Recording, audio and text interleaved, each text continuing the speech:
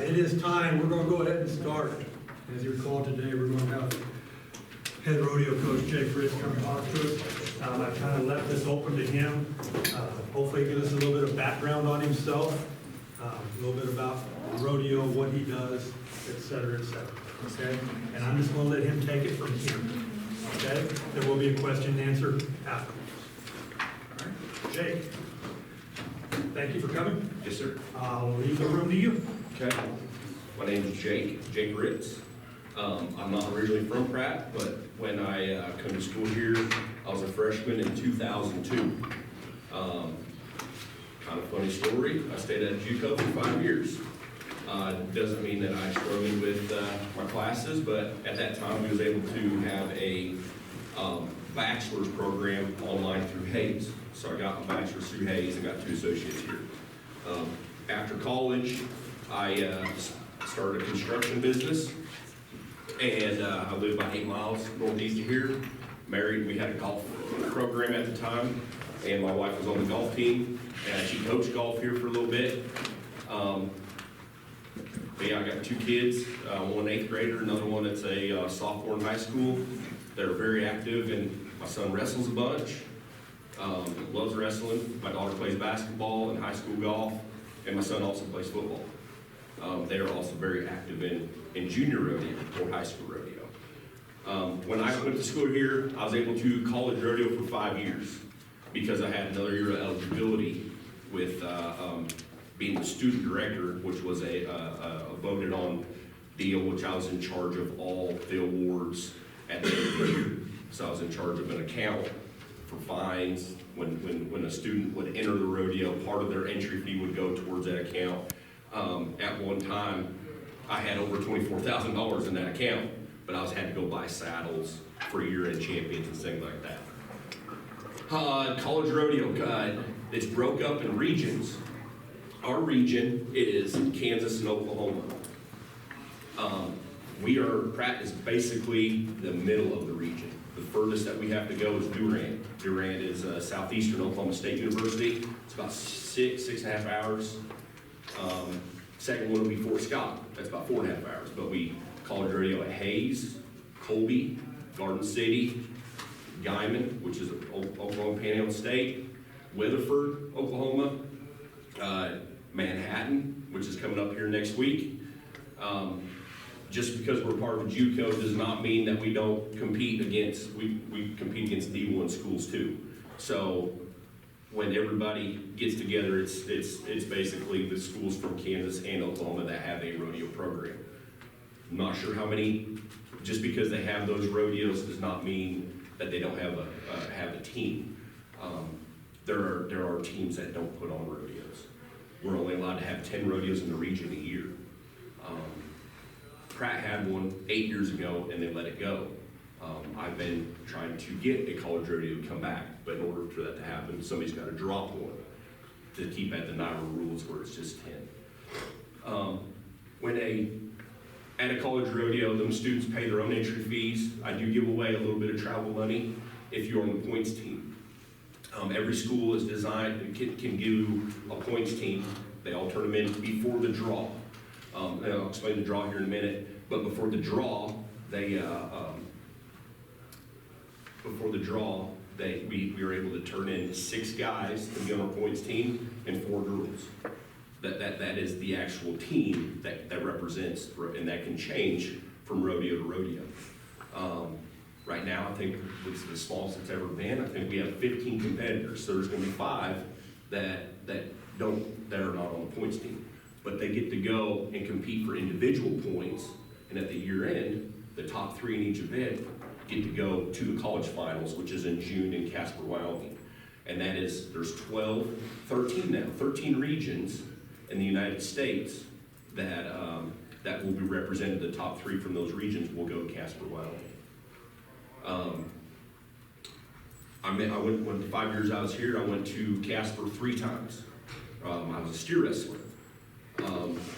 Won second in the region 1 year, and was in the top 10, but because I was student director, I got to go represent our region and still compete. So that's kind of neat. The students, they're in charge of their own horses. You know, we have stalls available. We can house 54 head of horses out there. They're in charge of feeding them, but part of their scholarship is the stalls. They just have to give a 100% refundable deposit to use those stalls. That way, I don't want cleaning stalls when they all leave. The events that we try to do when I pick a team before the draw, if you have a student that does more than one event, usually looks a little better. If they can do 2 or 3 events, that's the kind of people that I try to recruit, because you're not just, they have more opportunity to get those points at college rodeo, if that makes sense. But it doesn't happen always that way. We do have some individuals that are really, really good at just one event. Well, you just kind of try to put not all your eggs in one basket, I guess. A little bit about me. I'm originally from Michigan. I grew up there. My dad was a hog farmer, and he worked full-time for General Motors. And then later on started a construction company. I wanted to rodeo in this region because of the event that I was more passionate about. This is where a lot of the professionals come from, Oklahoma and Kansas. With that, I come to school here, learned a lot that first year, went back home and regrouped and bought my permit. The one thing about college rodeo is that you can also be professional at the same time. So your permit is you have to win X amount of dollars, I think it's $1,000, in order to be a card holder in the PRCA. With that, I ended up 7th in the Great Lakes circuit, and I was the only one that's ever made the circuit finals on my permit. At that same time, I was contender, long ways away from the opportunity of Rookie of the Year. So that's kind of neat. But that same year, I won a big jackpot down in Oklahoma before I went home for school. Had a great summer that summer. It was really good. Came back to school, continued education, practicing, working hard. Sold a horse. Turned around. My dad told me I didn't need to buy another horse. I need to buy a house. So I bought a little fixer-upper, painted it, and created some equity. Sold the house, turned around, bought another house. At that time, Greensburg tornado hit. My net worth tripled overnight because of that tornado, which was kind of neat. So I took a $12,000 house, and now I was worth quite a bit. I could, turn around and bought another house. Was in the rental business for a while. That's awful. That's awful. I'm gonna start twitching. With that, we was able to have a good head start in life and made some really good decisions as far as economically, and I have a place now up about 8 miles from here. College rodeo, right now our deal is set up. We have 4 in the fall and 6 in the spring. Eligibility seems to get some. If you not real good with your schoolwork in the fall, you have to have a 2.0 GPA, and you have to be enrolled in 12 academic hours and pass 9 in order to keep going forward. Pratt is a little different. In order to have a scholarship on the rodeo team, you have to be enrolled in 16 hours. And I inherited a contract. All my students sign a contract. Most of it's based off of morals and ethics. But with that is some financial aid stuff that they used to have. You had to have 2.5 GPA to have a scholarship. I hold my students at a little higher standard. I kept that and honored that 2.5 GPA. They still have to be enrolled in 16 hours. 2 of those are rodeo classes. So practice, and then we have a study hall. So I teach at a college class. Never would have thought that. With that study hall, it was most of the rodeo students are, they take some of these classes in this building, but a lot of them are tech students. So there wasn't, not to say they don't give homework away, but not everybody was on the same as far as homework. So we wasn't getting to be real productive, and I've seen that there was going to class, and GPAs were somewhat good. Had a hard time wanting to sit there on a Monday night for 3 hours. So invested a little bit more in the opportunity of, we turned that class into a mental mindset program. And so we've been studying that for a year, and that's been very beneficial. I've seen a lot of growth with a lot of these college students. I think that helped us handle, I don't know, how you guys, anybody of you know Reagan? Reagan was here last semester. Yeah, Reagan had a really bad accident and really shook our rodeo team. And I think with lots of prayer and the support of having this mental mindset program we've done, we've been able to really move forward and get through that. So that mental mindset program has been very good. As far as I know, there's only been 2 individuals that made it to the college finals since I did back in '07. So that's what we're trying to be in the top 3 in our region, in our events, to be able to go. If you win the team, men's or women's team, that team gets to go represent also at the college finals. So we want to go win as a team. And that it's a points deal.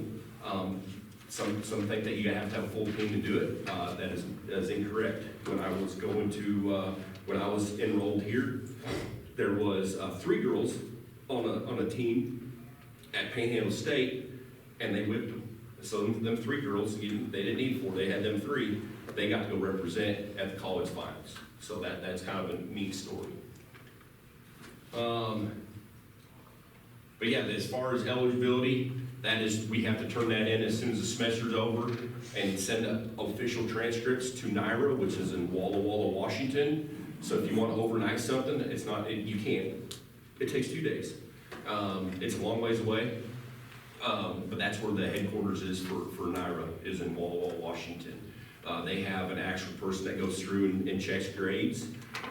They have to be academic hours. That's where a lot of people get in trouble because of, I'm not sure how you'd be able to answer the number where the class is at. You know, I don't think you can take ceramics and that counts as an academic hour. That's kind of the way I understand it. So the idea is that student athletes, the student part comes first, and we're just trying to be a stepping stone for these students to either move on or come up with a trade that they get to go do something with their lives. I feel like I'm missing a bunch on the college rodeo part. We've got a new arena out there. We've got a new horse barn that come with a lot of help from the community. That arena cost $168,000. We had an anonymous donor give us $100,000 last spring. 2 years ago, 2.5 years ago, there was a gentleman that from the community that gave us a $250,000 donation, and we built a new horse barn because of the students that were potentials that were wanting to come in. We needed a place to go with horses. That has helped a lot as far as trying to move this program forward and making it competitive, because when it comes to rodeo, everybody knows everybody, everybody's in the same pool, and we're trying to grab from the same pool when it comes to recruiting, whether it's a 4-year or if it's a 2-year, like what we're doing here. The thing that seems to be the hardest for me to recruit is students now take dual credits in high school. So a lot of times when they are looking at college rodeo, some of the ones that are really good with their events are also pretty good, got a pretty good head on their shoulders, that they already have 30-something hours. Well, it's not much of an idea for them to come to a junior college for a semester. They might as well go on to a 4-year. That's probably the number one thing that I battle as far as when it comes to recruiting. But most of the time, if I can get them in the door, the experiences that I had here, and I tell my kids, my students, I said, you guys ain't gonna do something that I haven't done or seen or heard. So they know that we're all on the same level. I college rodeo, and at that time it was pretty Western. Glad I survived. But it was a great experience, a lot of networking. Got to know people from Prefer. They make cattle equipment, Cactus Saddles, Wrangler. You know, I know a lot of these bigger name companies, and was able to represent my region and order stuff from these companies when I was and knew them on a first name basis. So there's been some pretty good opportunities as far as getting to know people that make the Western industry turn.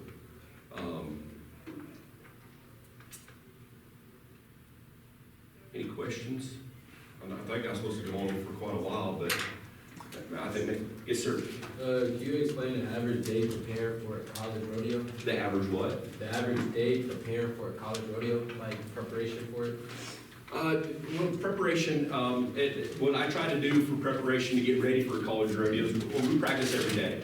But when we get close to a college rodeo, the idea is that the fundamentals are already there. And so what we try to make sure our horses are working like they should. If we're going to, like, Fort Scott's got a really small indoor, or Garden City's got a really small indoor. So if we're going to a smaller setup, we'll go practice for a week inside of our indoor to have those quicker goes and where you don't have to see as much, where some schools don't have that opportunity. They might not have an indoor arena. So that's one thing, but number of runs is another that I watch out for, because you sure don't want your horse, we take care of our horses so much, you sure don't want to show up and your horse is sore because maybe you ran too many.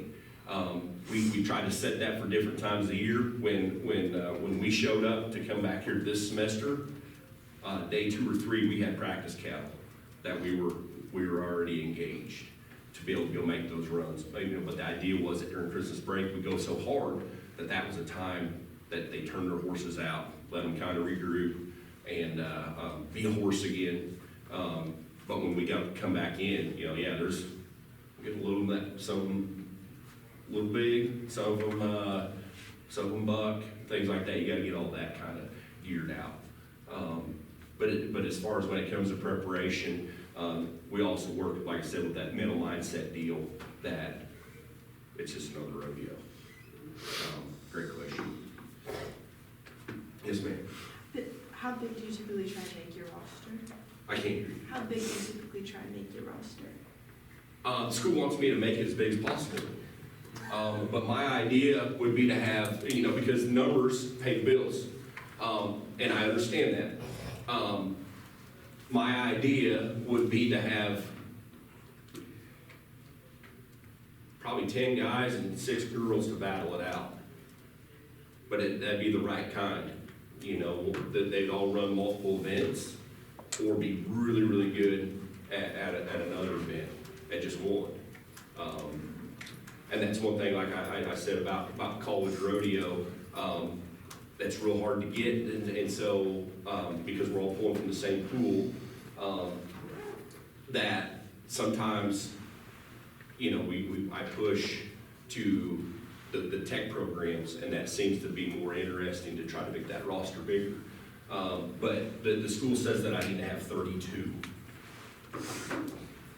I had 36 one time. Right now, we had a couple that graduated, which that's the name of the game. Another one quit, and then Reagan's in the hospital still. We lost 4 from last semester. We're down to 25. So we was at 29 when we started. Didn't quite meet that 32 goal, but like I said, it's a good group of students. Yep. Yes? What are the biggest misconceptions people have about them? Animal mistreatment.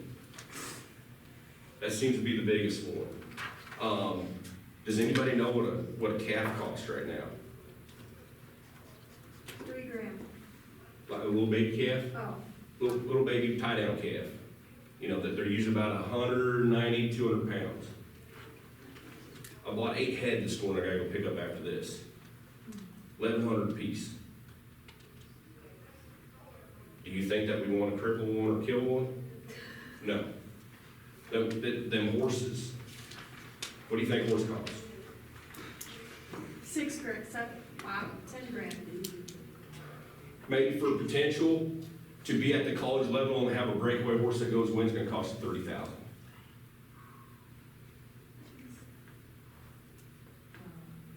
It is very, very expensive. You either all in or all out. And I'm not saying that bragging by no means, because if I tell my kids, even my kids at home and my students, if you guys want to do something different, go do it, because this takes everything you got. Right now, to give you an idea of what we have for practice cattle, We have 21 head of team roping steers, 13 head of steer wrestling steers. And at the moment, right now, we have 31 head of calves out there. I penciled out the other day, $85,000 worth of practice cattle that the school pays lease on for us to practice. So we're constantly managing feed and how many runs they get, because we can't afford for something to get hurt. Shoeing a horse, I think my biggest expense that I have for at my house for my two kids is vet bills. And we treat them like athletes. They get cortisone shots in a couple of joints. Every horse is a little different, because they stop so hard that you have to continue addressing issues of lameness, shoeing, feed. You know, we got one horse that takes 9 different supplements. You almost feel like you gotta have a beaker and a lab coat when you go feed. It's just, it never ends. And then you got trucks and trailers and tack. There's nothing that's just like, oh, that was a deal. You know, it's if there's something that somebody else wants to do, I try to push them away and, don't do that. But yeah, it's animal mistreatment seems to be the biggest thing, and the misunderstanding. A bucking horse, they have to go buck. What was the study? They did a study on it. I think they worked for 6 minutes of the year. The rest of the time they're turned out. And then bucking horses, I've seen when they actually breed these horses to buck, bring over $60,000. So I mean, it's a whole different ballgame. But those are guys that's what they do for a living. They contract and buck these horses out. They try to get those genes to make more bucking horses. But that's one thing I want to make clear is I love animals, and this allows me to be around animals all the time.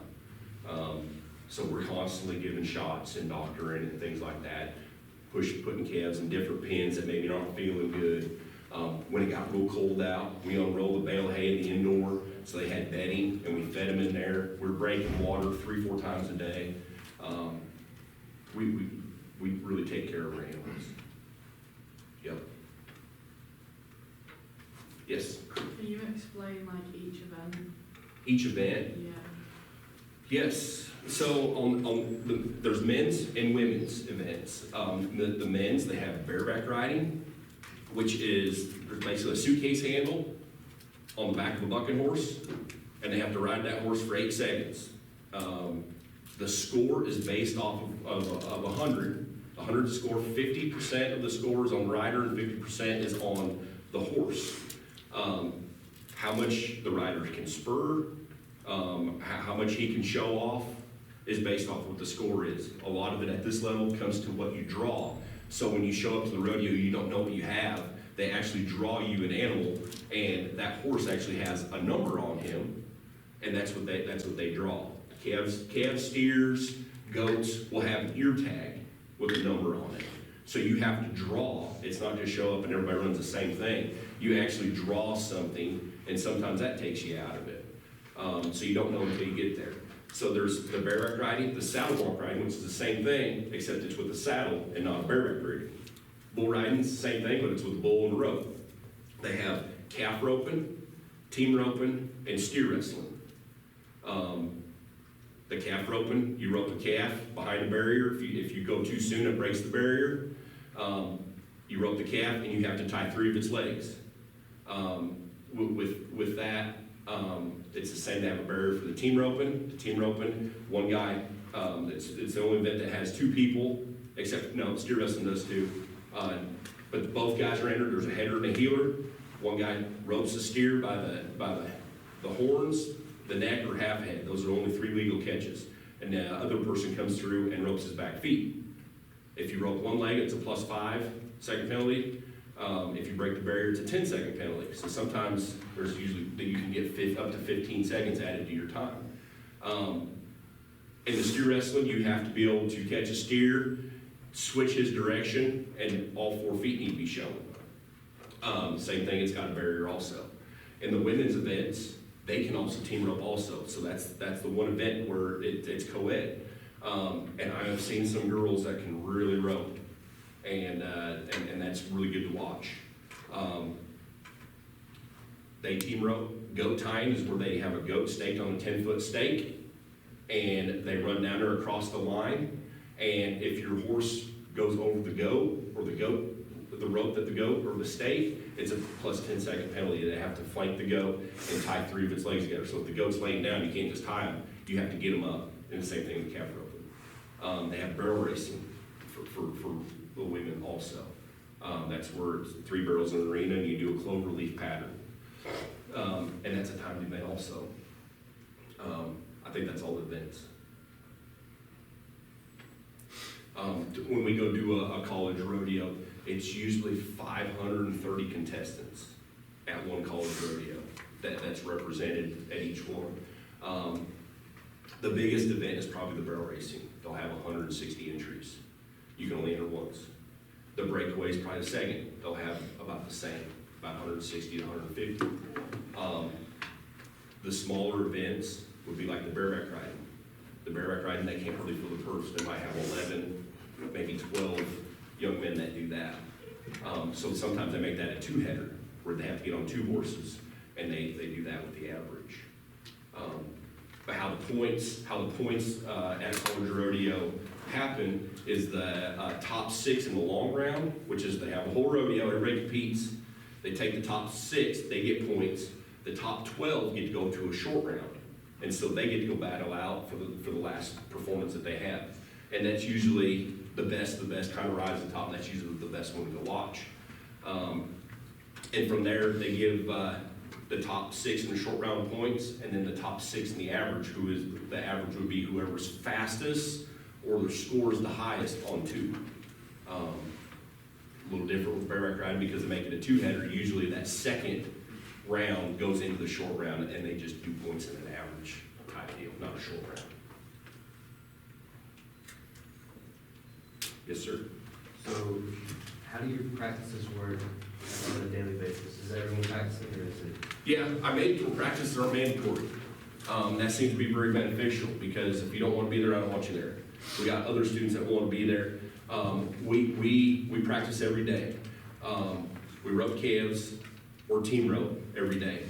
We actually have sleds. So if like it gets cold out, like I said, we just take care of our animals.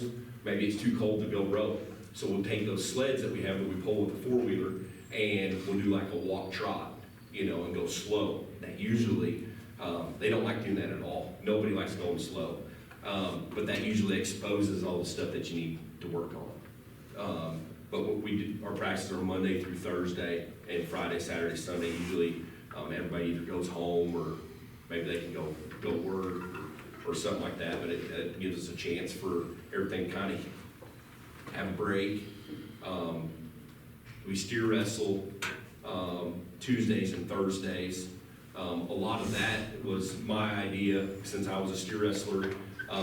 It takes a lot for a horse to stand still and run as hard as he can to go catch a steer.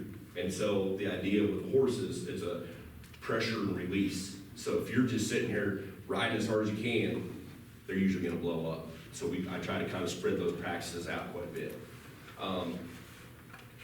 And for one, the horses would quit work and they don't like doing their job if they gotta go do it every day.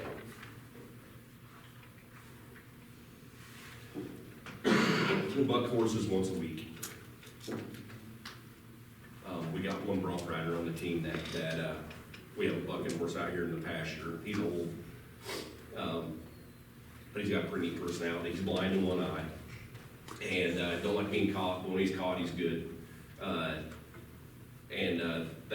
That student gets on him once a week, and he usually gets on him 2 times, and we just feed the snot out of him. So I don't know if you guys seen this horse sitting over here. You probably can't pet him. He won't let you. I don't recommend getting in there, but he won't let you. Any other questions? How many have been to a rodeo? Prairie rodeo. Prairie Prairie? What's that? In Brazil? Oh yeah, there's a lot of good ropers that come from Brazil, and bull riders, yeah. I don't remember, I was like 7. You 7? Yeah. Yeah. I competed at Pretty Prairie Really? 20 years ago. Anybody else been to one? Yeah, where'd you go? It was back in Utah? Utah. Oh, yeah. There's a lot of good cowboys from Utah. Any other questions? So what is the next level after JUCOs and collegiate level, like people can Professional. professional? Yep, the PRCA. PRCA? Yep. And that's one thing that we can do while we're doing this, you know, because the transition, if you went and played baseball for money, you probably won't be able to compete at the college level, right?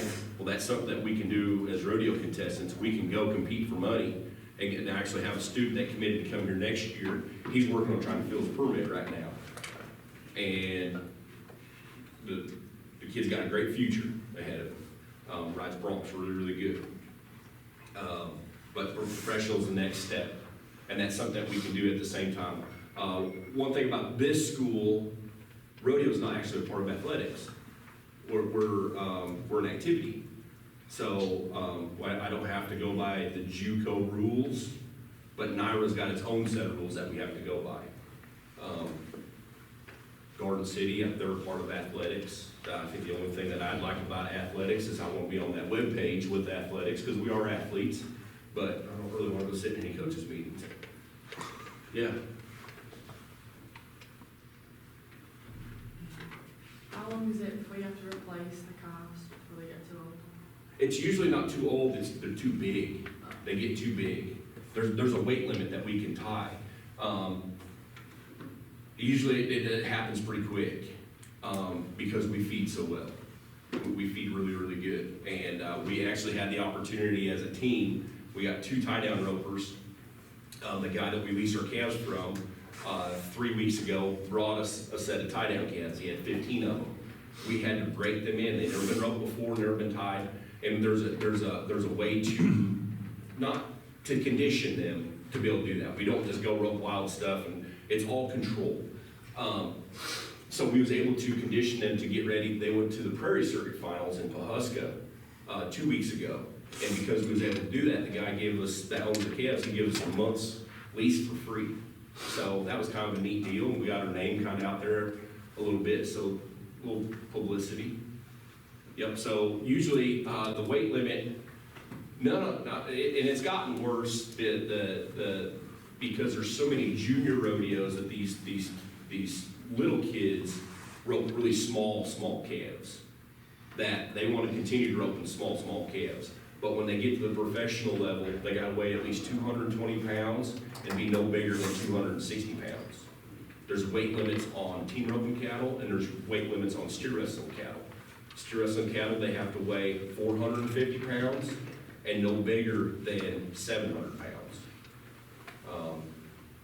So because of how we feed, those set of calves that we went and, that we got, there's already 3 or 4 of them in there that are too big to tie.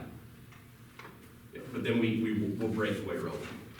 And that's a women's event. I think I missed that one. That's a women's event, breakaway roping, and that's where they rope the calf, and there's a flag connected. They tie it with a piece of nylon string to the saddle horn, and when that flag breaks from the saddle horn, time stops. That usually gets pretty fast. But those calves will then graduate to be just breakaway calves, to where they just go out there and it just, when the rope comes tight, it just breaks off. Doesn't affect, I mean, I bet most of them probably don't even feel it. Then they get too big by the time that they can't really fit in a shoe. So it happens pretty fast.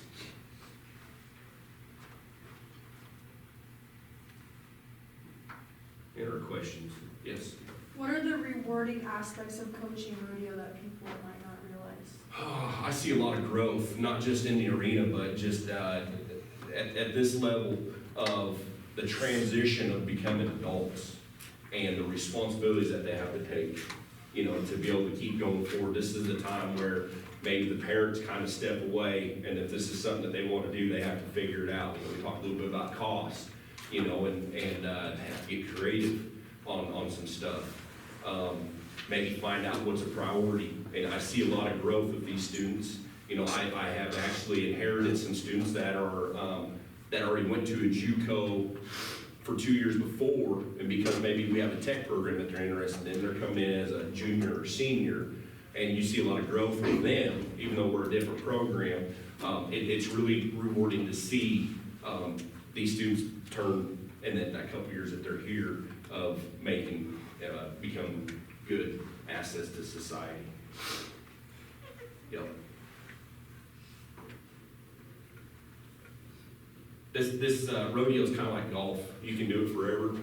Yeah, maybe you don't want to ride bulls forever, but the team roping deal is really big. There's a lot of people that they call them snowbirds. They live back east where it snows a lot, and they have team ropings. The team roping capital of the world is Wickenburg, Arizona. Well, they'll go and stay down there for 6 months, wait for the snow to melt, and go back home. So that's something they do after they retire. Everybody that does this is somehow involved in it in one way or another, whether it's production or doing something at another level, maybe starting horses, colts. They're somehow involved in the Western deal once they do this.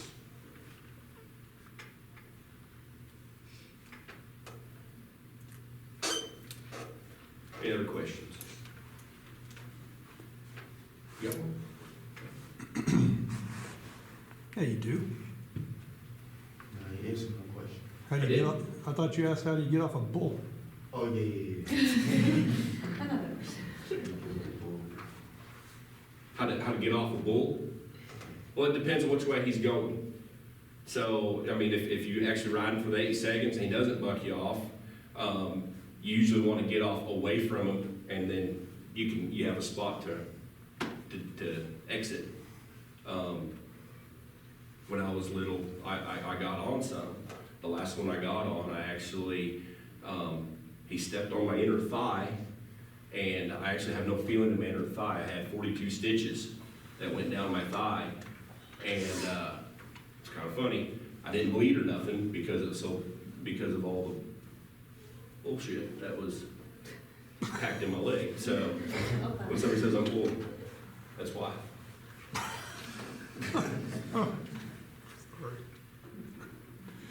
That's funny. But in the other 2 horse events, you know, the bareback riding and the saddlebrook riding, they have pickup men, and so there's 2 guys on horseback, at least 2, sometimes 3, that ride along, and then they can hang on to that guy to get off. So some of the younger guys like to just jump off. Well, I was listening to a podcast the other day of a 5-time world champion, and he used to do that until he shattered his ankle. And he said, I'll get off on the pickup man from now on. You know, self-preservation seems to be the one thing that it's already built into us. You know, so to go do something uncomfortable and to go get the extra points, knowing that what the outcome could be, is probably one of the hardest things about rodeo. You know, when I was steer wrestling and I had to be a certain time, you know, I would go do some things that I probably never practiced, whether try to, and really maybe stand a steer up, and because of that, I've had 3 knee surgeries. But it's the demand that it takes on your body. One thing that has changed since I was going to school to now is there's a lot more gym time. People are putting a lot more into being an athlete than what the older guys would do, and that was drink beer, and that's about it. I don't recommend it.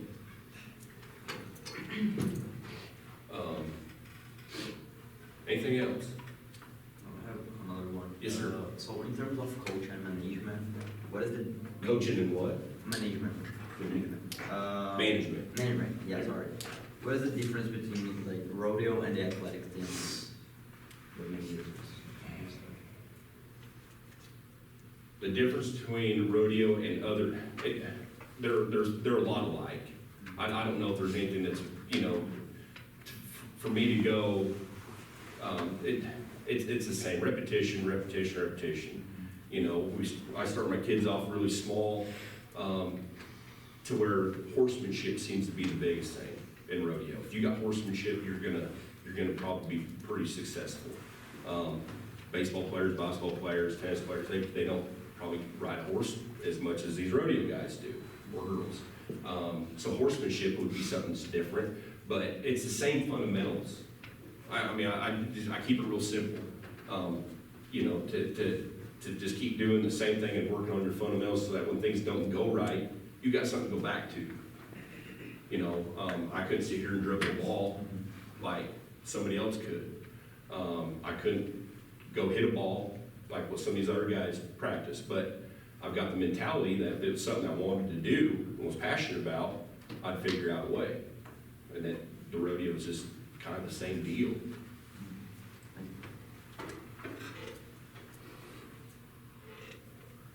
What advice would you give to a young coach, irregardless of sport or activity?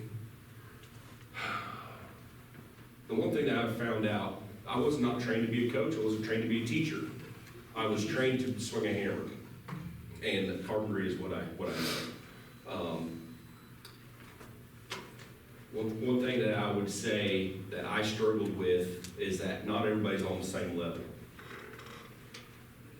There are life experiences and circumstances that happen before I even know these individuals. So grace is probably one thing.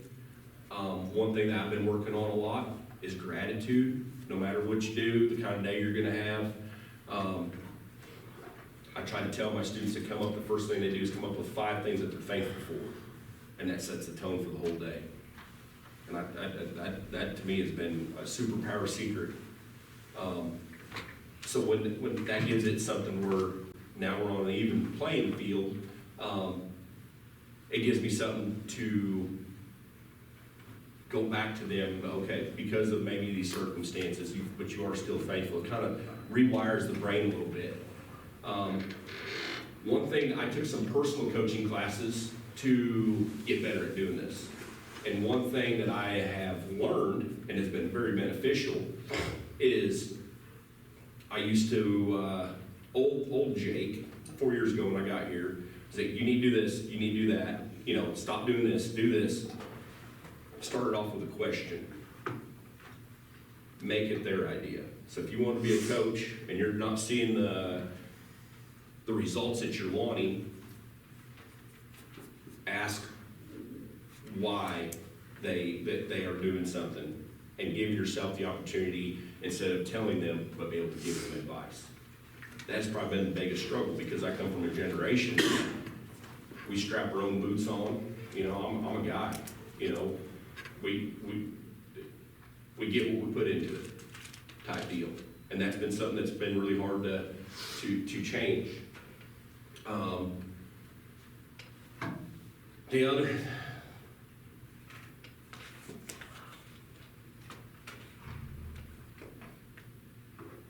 yeah, I think grad, you know, if you can get them convinced that that life is precious, and results are just results. If you're working towards something, yeah, we all want to win. You know, we're programmed that way. You know, I want to win. But if we don't execute something at the end of the, you know, at our competition, sometimes it doesn't work. You know, if I practice and practice and practice, and I did exactly what I practiced, and it wasn't fast enough, results are just results at the end of the day. I tell my students that results are just results. Put your faith in something other than what you are practicing. You know, I was all you guys at one time, where wrestling steers was what life was all about. And it took some time to figure out that, no, there's a lot more to life, and I missed a lot of opportunities because of that.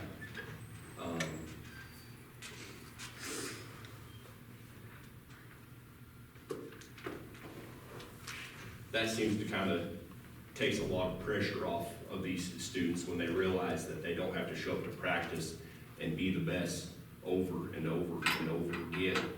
You can almost see a weight lift off their shoulders, but now they can go back and start working on stuff instead of, and have a fear factor, have this feeling that they can just, that they're gonna mess up, they're gonna mess up. There's no growth when they're already at that point. So if we can, I recruit based on the human being that they are. We can always work on the stuff in the arena, but when I go to a high school rodeo and have potential recruits come in, I'll walk through the campground at 7 o'clock in the morning and find out who's feeding their horse. Is mom and dad doing it, or are they the ones up doing it? You can find out right then and there pretty fast who's taking care of business. Do I need to call mom and dad while you're here for 2 years? I ain't gonna do it. Just don't. You can keep your scholarship. I don't want to see you again. Type deal. But I've recruited the right kind that really take this mental mindset program and they're just running with it. And there's a lot more qualities other than what's in the arena and what horses they're riding than, yeah, that's part of it. But I think we can win at a different angle than having a student that shows up and they're just has had that pressure their whole life of gotta be good, gotta be good, gotta be good. And I've seen a lot of growth with students kind of step away for a second and come back and do really, really good. Sometimes injuries. I have a high school daughter that ropes really, really well. She was over it. We went all summer long, driving all over Kansas, went 15,000 miles, going to rodeos, and she didn't win nothing. And she was thinking that winning was what she needed to do, so she kind of, when she was done in October, I said, you still got to feed. But I pulled the shoes off all her horses, didn't put blankets on them, I just let them be wild. And here a couple weeks ago, she started riding around a little bit. I didn't pressure her, nothing. She started riding around quite a bit, and she had the opportunity. She had morning basketball practice at 5 in the morning, and so she had her afternoon after school. Grabbed her horse. She roped with these college girls, and she beat them like a drum. And it's just, it had nothing to do about talent, or it was just the reset. I believe it was just a reset that needed to happen. Because once you take the fun out of it,